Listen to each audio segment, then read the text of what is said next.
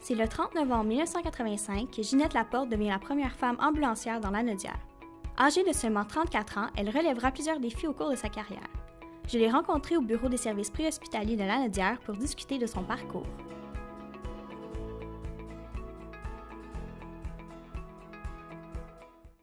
Donc, Madame Laporte, je voulais savoir qu'est-ce qui a fait en sorte que vous avez décidé de devenir ambulancière?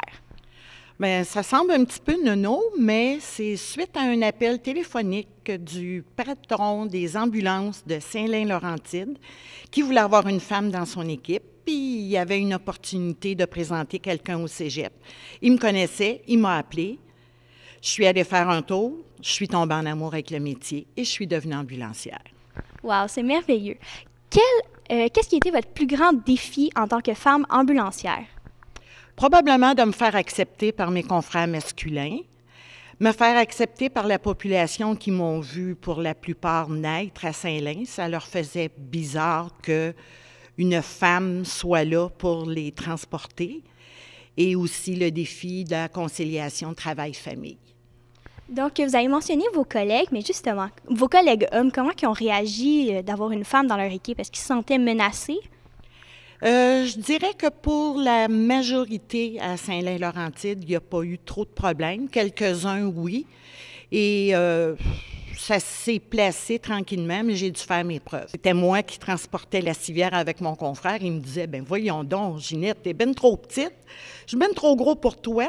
Tu ne seras pas capable de me descendre du 2e étage, puis échappe-moi pas. » Puis tranquillement, pas vite, bien, le monde se sont aperçus que, oui, j'avais la force nécessaire, on avait les techniques, on les rassurait avant de partir. Et tout allait bien, finalement. Donc, justement, vous avez mentionné qu'il y avait des cas, c'était plus comique que d'autres, mais parlant de cas, ça a été lequel qui a été votre appel le plus mémorable? Bien, il y en a deux, en réalité. Le premier, c'est une petite fille de 5 ans qui avait un cancer du cerveau en phase terminale. On est allé la chercher dans les dernières heures de sa vie pour l'amener à Sainte-Justine. Puis avant de descendre de l'ambulance, ça m'a chanté « Passe-partout ». J'ai jamais revu la chanson « Passe-partout » de la même façon. Ça fait une 30aine d'années, puis j'ai encore les larmes aux yeux quand j'en parle.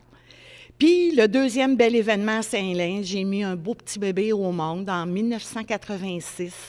Ça faisait 10 mois que j'étais ambulancière. La maman était prévue accoucher à la maison. Son conjoint n'était pas là. Elle a paniqué, elle nous a appelés. Et c'est moi qui ai mis le bébé au monde avec un confrère que j'avais à cette époque-là, qui, lui, avait 19 ans. Il n'avait jamais vu naître de bébé. Et théoriquement, il n'avait même pas le droit de conduire l'ambulance encore. Fait que c'est lui qui s'est occupé du bébé quand on s'est envenu à Saint-Jérôme. J'ai conduit et on a été reçus comme des rois à l'urgence parce qu'on avait fait une naissance.